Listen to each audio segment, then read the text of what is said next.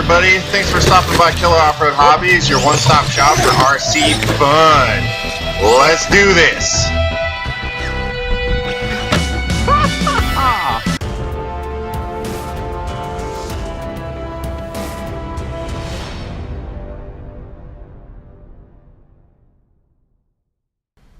Alright everybody, what's going on? We are back. We are going to be doing the shocks. So we're going to open bag M and put one shock completely together from start to finish. And then I will do the other three off camera. And we'll get this thing going. So we're going to get all our pieces laid out here. And then I will start on this. Yeah. After coffee. Yeah, that's good. Alright, so we got all the stuff laid out, and we're going to use the aftermarket shock caps that he sent with the bleeder screws. That's pretty much the only difference. The one that it comes with are aluminum. They're these guys. These are black. These are like a dark blue, like the rest of the aluminum stuff on here.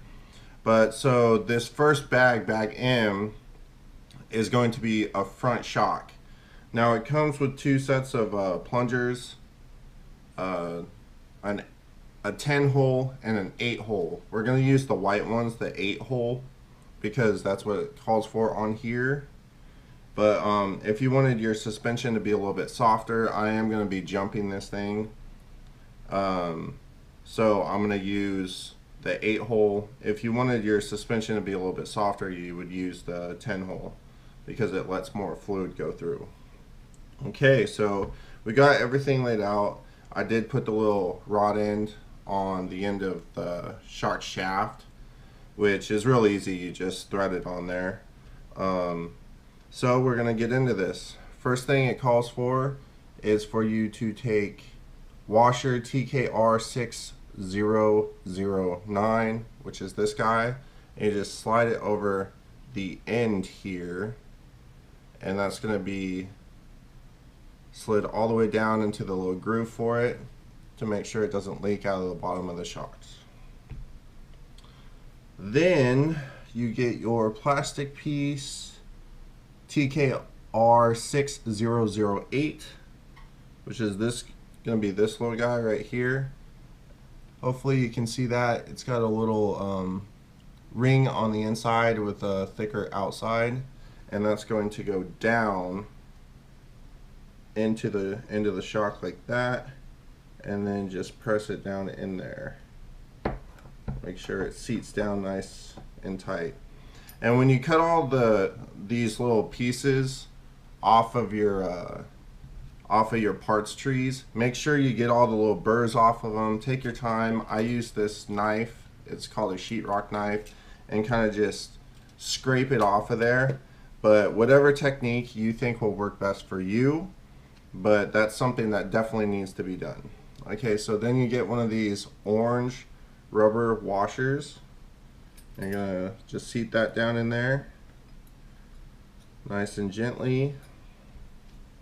Then you're going to get one of these just straight black plastic washers.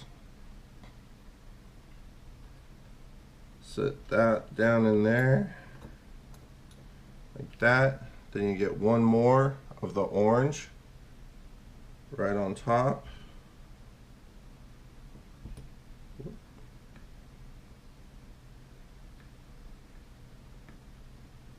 Just like that.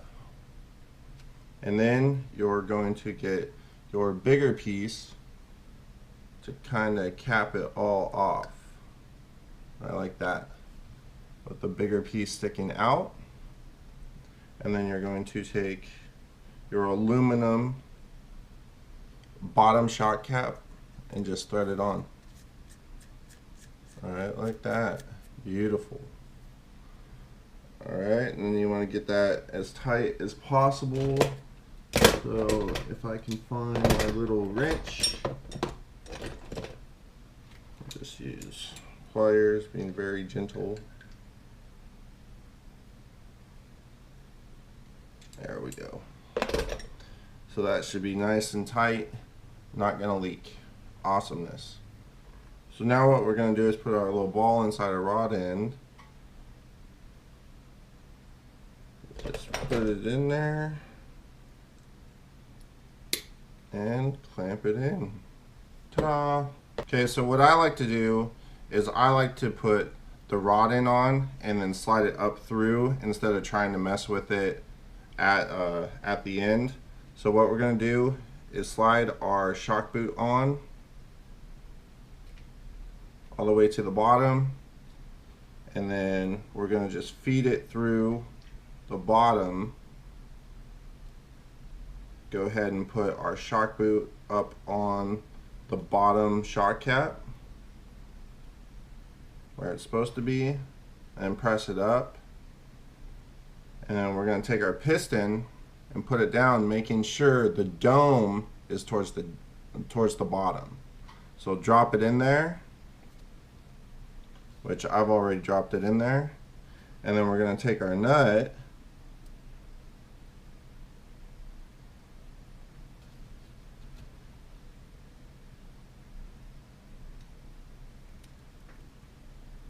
start the threads, and then take our T-wrench and tighten it down.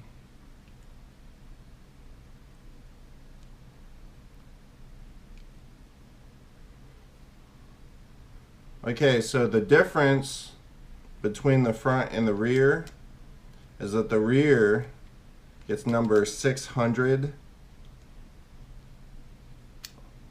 There we go, nice and tight. So the rear gets number 600 shock oil and the front gets 650. So we're going to go ahead and fill this up within a millimeter of the rim.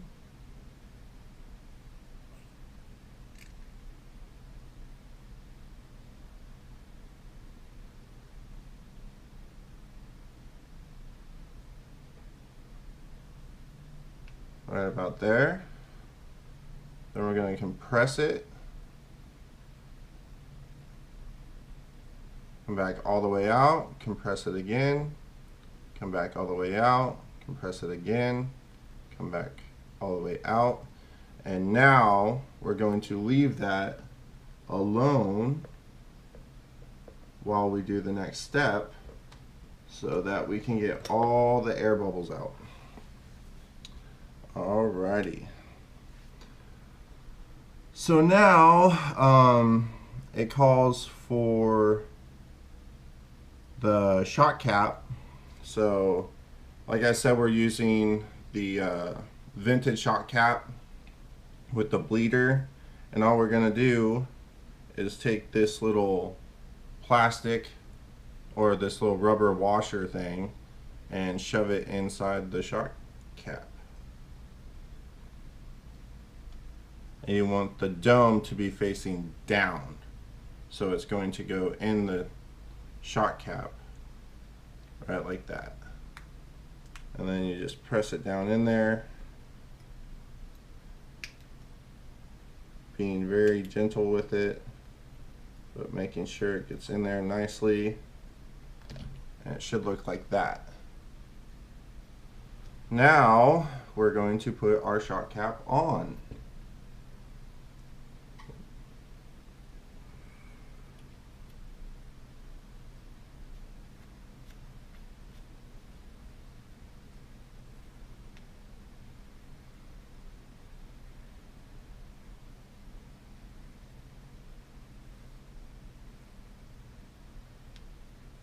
Get it nice and tight. There we go. So it's moving nicely. That's good. Alright, so now we're going to put the spring chainer thing on. Whoops. Thread it on, making sure the little flat part is down towards the bottom of the shock. We're going to thread this up quite a bit right about there. Then we're going to take our spring, put our spring on, and then our bottom, pull up your shock boot a little bit, set that down over, right like that.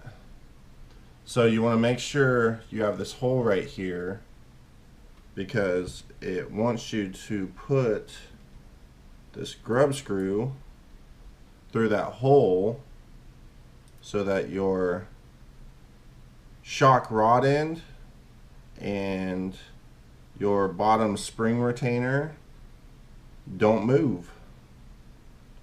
So we'll just thread that all the way through like that, and that shock is done.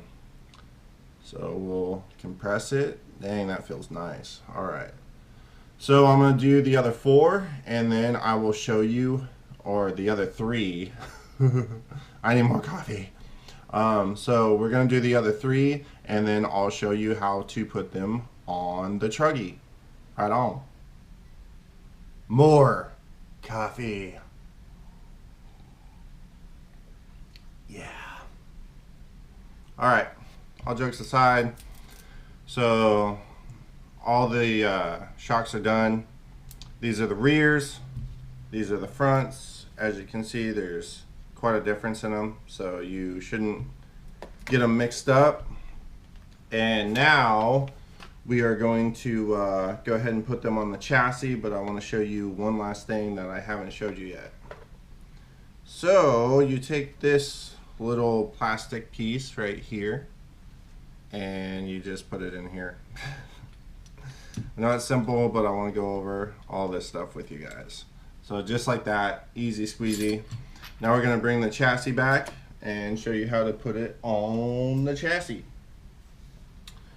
Alright, so front rear, you're going to take this piece, which is TKR5027, and the bigger, fatter end goes through the shock tower, and it looks like it's going to be the second hole from the top. So right there, and then you get your bigger nut and put it on. Now it does not call for thread lock. Whoops, wrong nut.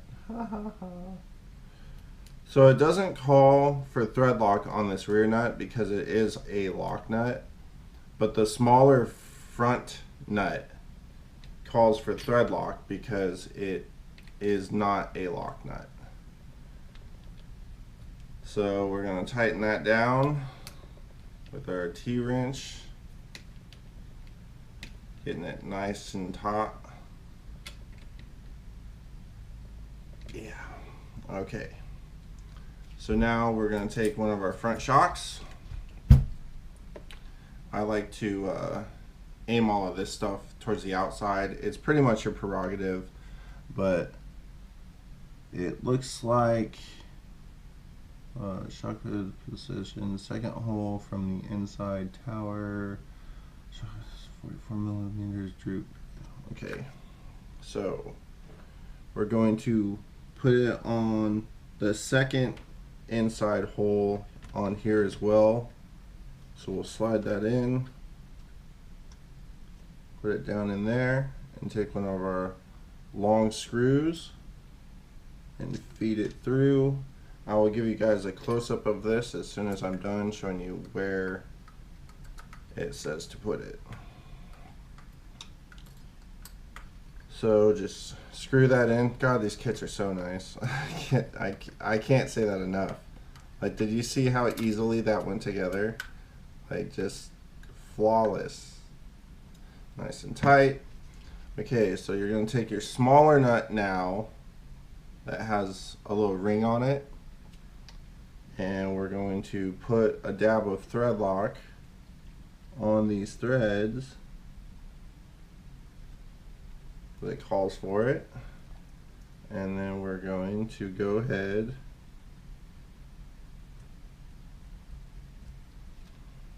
Take our T-wrench again, the smaller side, and tighten her down.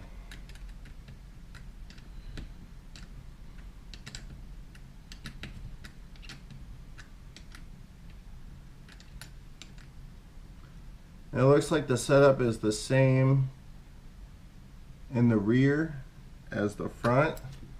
So here's a close-up. The second hole in right there, and then second hole down from the top.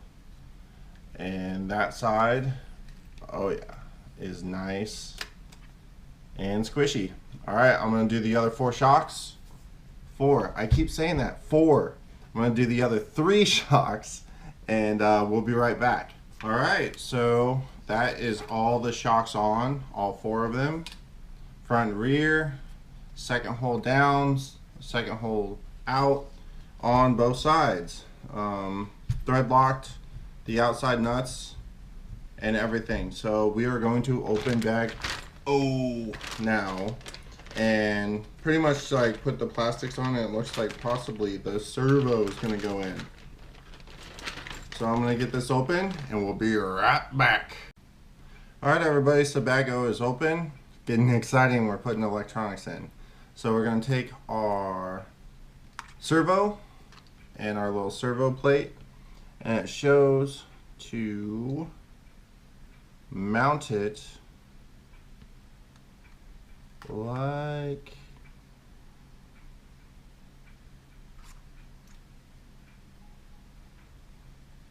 that. So you take this little piece right here, and we're going to take 2 of these washers, and then 2 screws that are TKR 1525, and we're going to screw this down onto here. Just these 2 on this side with this little nub right there coming out. So this. Put a washer on there.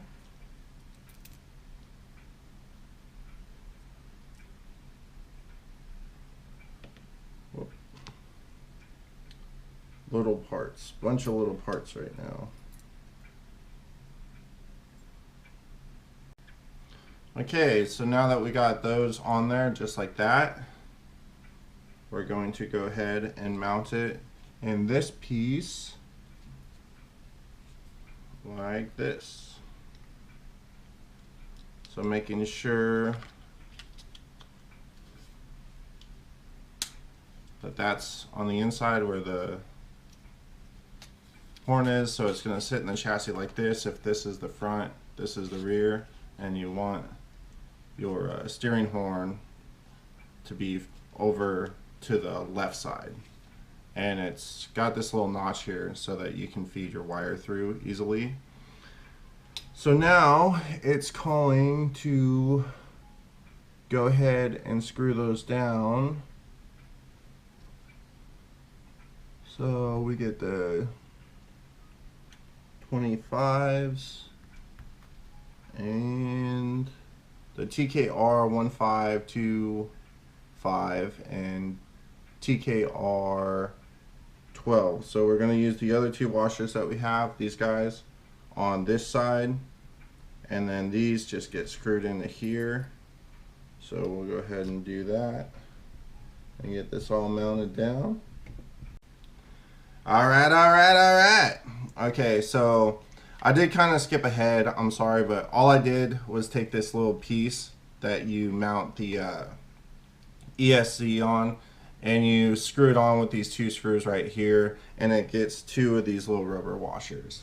So I didn't think that was like crazy necessary to show, but I did feed my wires down underneath so they can be nice and uniform, as you can see. And then what I did also is I fed the zip tie through so I can have the little extra holding power of the zip tie, but I did make sure to put the wires on the bottom side of the zip tie, so the zip tie is not going to be wrenching up those wires and possibly cutting into them or anything.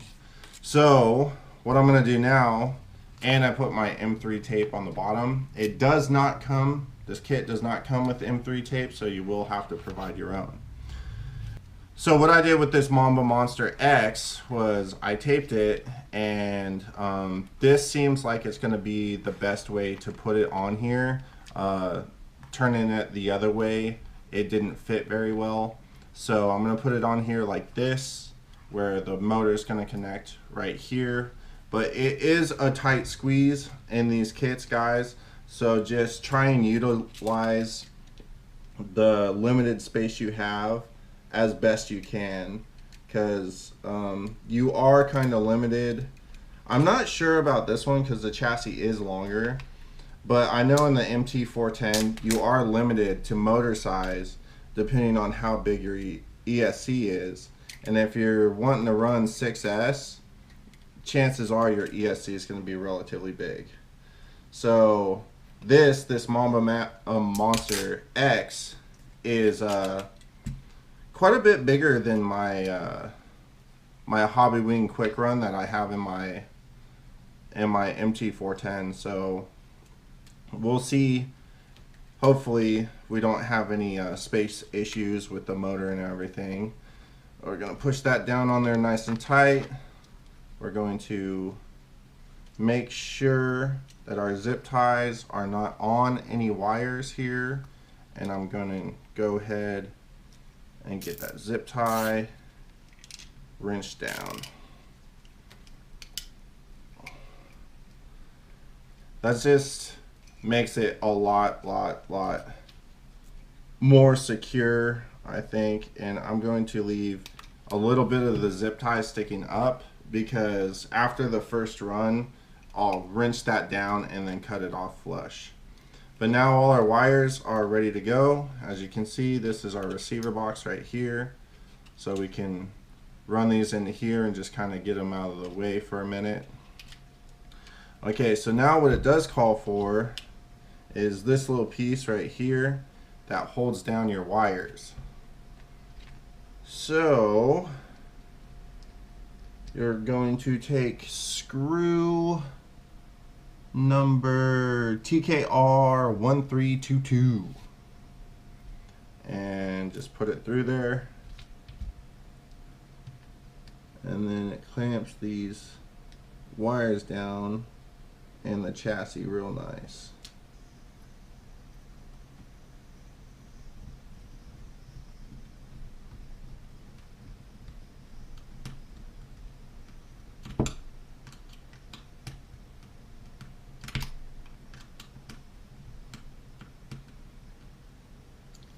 Alrighty everybody, so now we got our wires ran in there. We've got them ran to the receiver box, which is nice. So it's calling to put the receiver and the cap on that and everything. I'm not sure which receiver and stuff I'm going to run in this just yet, so I am going to go ahead and go past this part, but we will get into it as soon as I decide which receiver I'm going to run in here.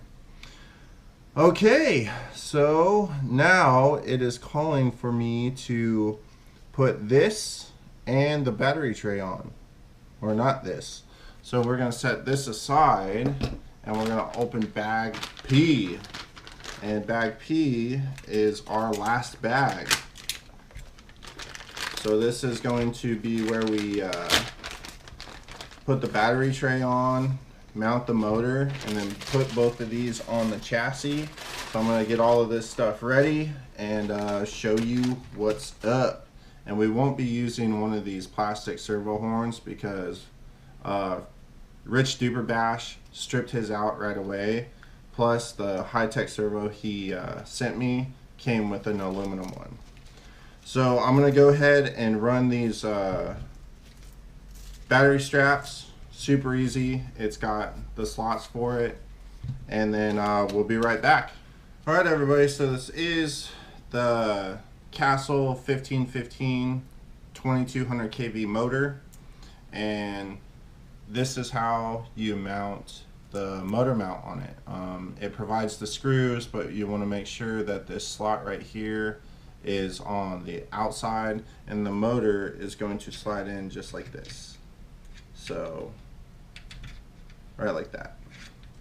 So what I am going to do, not thread locking it yet, but I am going to tighten these down. And like I said, I don't do thread lock. It calls for it, but the motors get hot anyways, and that thread lock's gonna loosen up. So I know this is kind of going against what it says to do, but I don't see any point in it because, like I said, the motors get hot enough to loosen that stuff up anyways. So I just wrench these down like pretty hard. And normally, you know, I can run for about a month, maybe a month and a half before I go ahead, pull it out and check it. But I do check it after the first one. So we put on the 17 tooth Tekno spur gear that he sent to us, and we're not mounting this in, but we are just going to check it, and that looks pretty good. So I'll be able to thread lock the grub screw on that and get that ready. But right now it's calling for us to go ahead and mount on the battery tray. So we're going to go ahead and do that.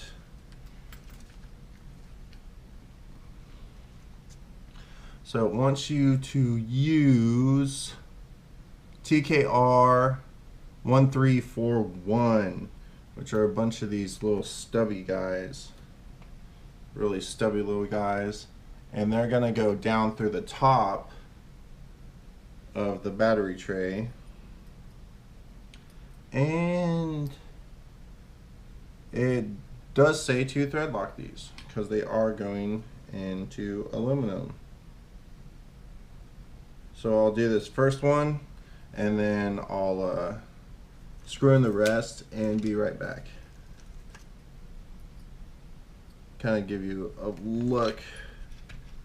So I'll do one in the middle, nice and thread locked, get it in there pretty tight. So that's what it's going to look like pretty much, but there's 5 more screws in the actual battery tray that I'm going to do, and then I'll do the 2 on the bottom here that won't be thread locked, and then we'll be right back, guys.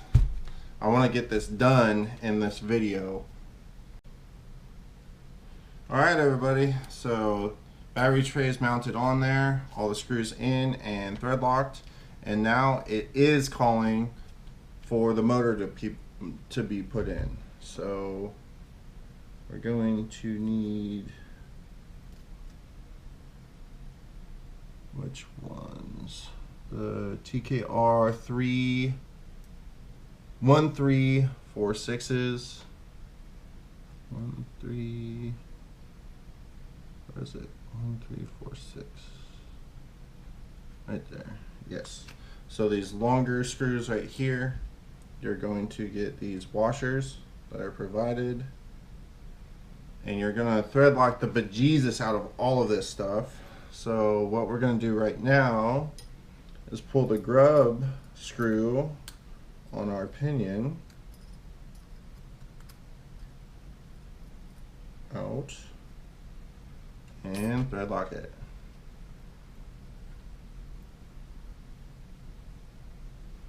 All right. So now we're going to thread that back in, slide it back on the shaft, tighten it just enough to where it's not going to slide around, and then line it up. It's good right there. So get her lined up perfect with the spur gear, wrench it down, and then we're going to take our screw and our washer, and we're going to thread lock the screw.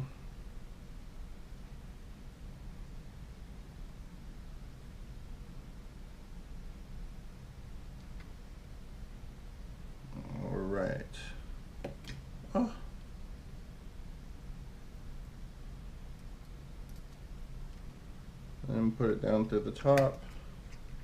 Just get it started. We're not going to wrench it down yet because we're going to put the one up through the bottom. So we'll do the same thing, put the washer on, put some thread lock on it, and we're going to have to turn this up and put it up to the bottom.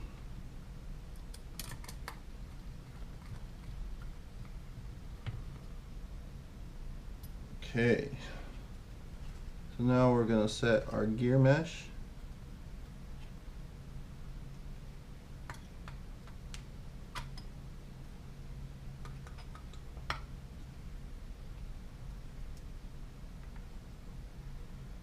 It's good right there. Give that a little crank down.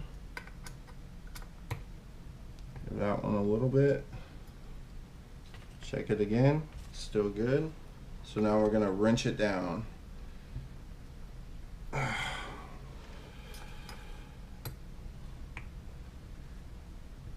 There we go. And that ain't going nowhere. Awesome. So now we got that in. And now, fingers crossed, we're not going to have any issues with the ESC and everything. So now it's calling for us to put the ESC and everything on, and we're going to use the TKR 1322s, which are these small little screws right here. So we're going to turn it over like that.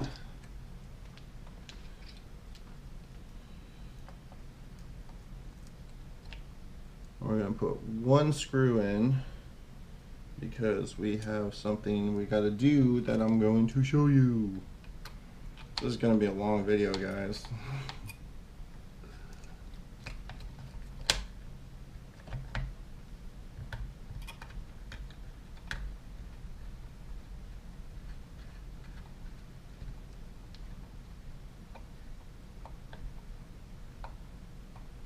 Okay. So now we got that on.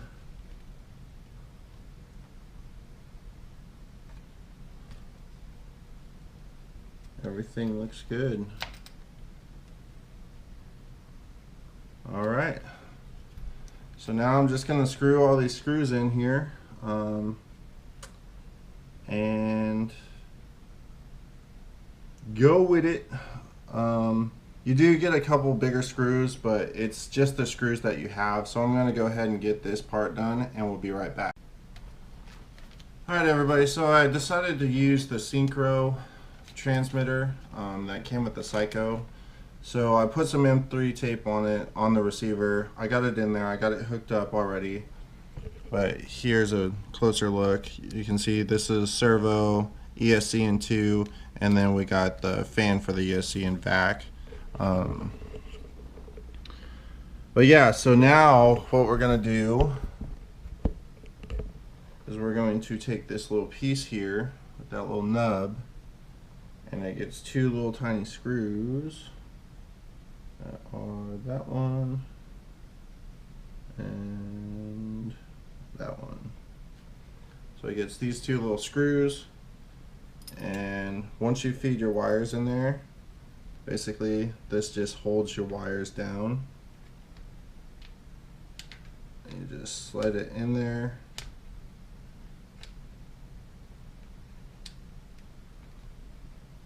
And screw it down.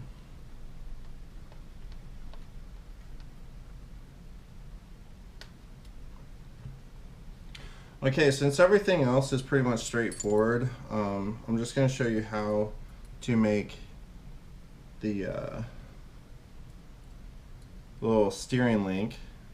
You just take your long grub screw and you screw it in to one side using a 1.5 millimeter hex driver. Get it down in there to where it's tight, and you take the other side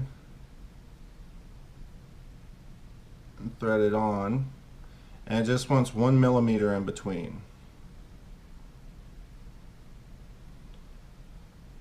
So we'll get it down to about an eyeballed millimeter. I'm not gonna get too crazy with it. Or like that. And then you take your two little ends that's provided and you pop them in. One right there. One right there. Alrighty. So then it calls for you to take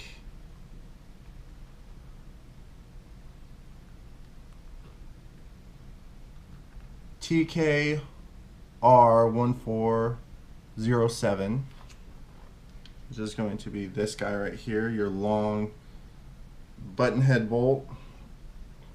And you're going to put that through the arm. Put a washer underneath. Slide it through your steering mechanism. You get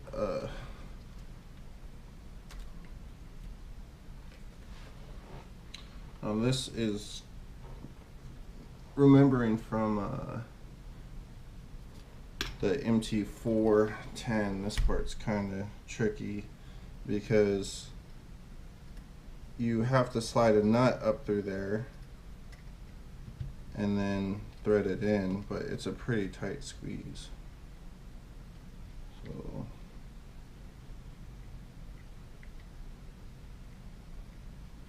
see if I can get it in there.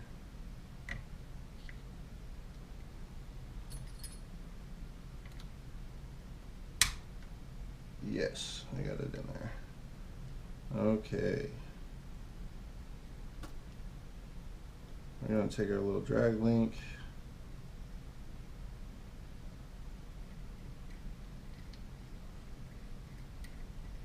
Thread the screw in, and like I said, all of them are captured in here, so it's awesome. So get that tight. Give it a close up. This is what I'm talking about right here. Just screwing it into that little spot, and the nut goes in under here. I'm not going to hook that up yet because I need to solder on a connector to the ESC and turn it on, get the steering servo centered. That way I know everything's centered, make sure it all works.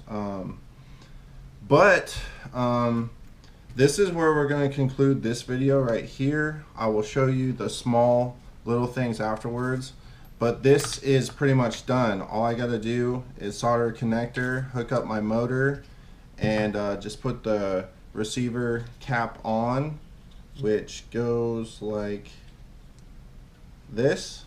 It just sits on there like this. Wow. And just run my antenna, which they give you a crazy long tube, but I'm going to chop it down to probably be about that long. Alright, so I hope you liked this video. If you did, go ahead and give it the thumbs up. If you didn't, don't be shy about smashing that thumbs down. I hope you enjoyed this whole build series. I'm going to get this thing wrapped up completely and get the reveal video going. All we got to do is put the wing on. He did send us the two little wing nuts here, so we'll put those on.